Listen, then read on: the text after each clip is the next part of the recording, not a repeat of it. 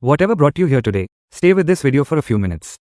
Because there is a difficult question behind the excitement surrounding artificial intelligence stocks. What if you are right about the technology, but wrong about the investment? That distinction can determine whether technological optimism becomes wealth creation or an expensive lesson in risk management. Artificial intelligence is transforming computing, automation, scientific research, business productivity, and the economics of information. That transformation can create enormous opportunities. But a powerful technology does not automatically mean every stock connected to that technology is fairly valued. This is where investors often misjudge risk. A stock price represents expectations about the future, not simply the quality of the technology behind a business. If investors already expect extraordinary growth, even a genuinely successful company can produce disappointing investment returns if its actual results fail to exceed those expectations. Imagine an industry expected to grow dramatically for years. Investors begin pricing that future growth into shares today. The technology continues advancing exactly as expected, but revenue growth eventually becomes merely very strong rather than exceptional. The technology has succeeded, yet the investment can still disappoint because the price was built for perfection. That is the first principle of what I call stock market engineering. Separate the quality of the technology from the price being paid for the expectation. The next question is more important. What risks are hidden inside an AI-driven investment thesis? One is valuation risk. Another is competition. Another is the enormous capital required to build advanced computing infrastructure. There is also technological obsolescence. A system that appears dominant today can become less economically valuable when a cheaper, more efficient architecture emerges tomorrow. Then there is adoption risk. A technology can be impressive in demonstrations but difficult to monetize at the scale investors expect. Businesses may experiment with artificial intelligence without generating enough additional profit to justify enormous spending. Productivity may improve, but the economic benefits may take longer to appear than financial markets anticipate. This creates a crucial distinction between technological adoption and shareholder returns. Technology can become more useful while investors simultaneously earn poor returns if expectations were already too high. So how should an investor think about this without trying to predict the future?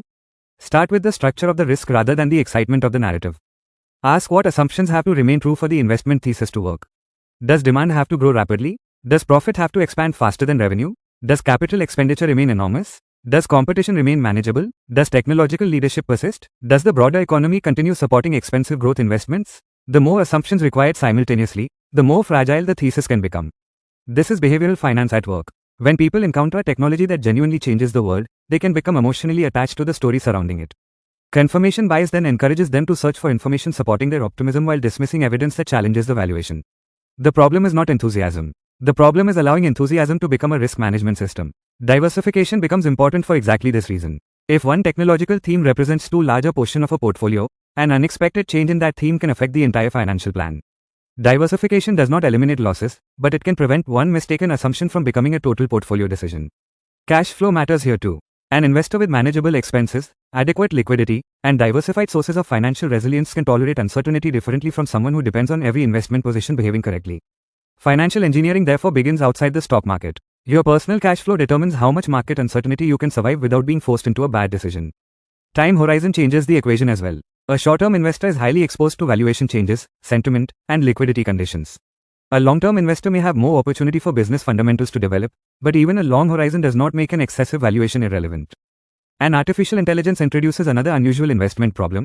The technology itself can change the competitive landscape faster than traditional valuation models expect. Automation can lower costs. Advanced computing can create new products. Machine learning can alter research and development. Entire categories of work may become more productive.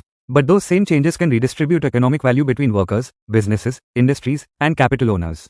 That means investors are not merely evaluating a technology. They are evaluating a changing economic system.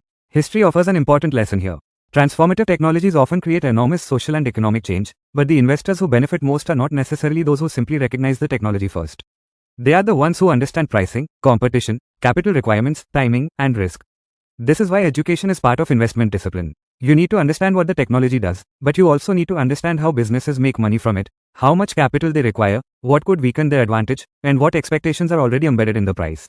Even your physical and mental condition can influence this process. Financial decisions made while exhausted, anxious, or emotionally overstimulated are more vulnerable to impulsive reactions. Discipline is therefore not merely an investing skill. It is a lifestyle skill supported by health, patience, learning, and emotional control. This brings us naturally to Lord Hanuman. His strength was inseparable from discipline, humility, wisdom, and devotion. Applied to investing, that does not mean avoiding ambitious opportunities. It means possessing enough self-mastery to distinguish courage from recklessness. Courage is being willing to examine an investment honestly. Humility is accepting that technological knowledge does not make you omniscient. Discipline is defining risk before the market defines it for you. Wisdom is understanding that being correct about artificial intelligence does not automatically mean being correct about every AI stock. And devotion provides something even deeper, freedom from the need to prove yourself through financial outcomes. The Bhagavad Gita's distinction between action and attachment to results is particularly relevant here.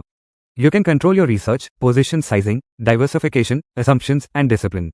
You cannot control whether the market agrees with your thesis tomorrow. That is the essence of stock market engineering. It is not about constructing a portfolio that can never lose. It is about constructing a decision process in which one wrong assumption does not destroy everything else.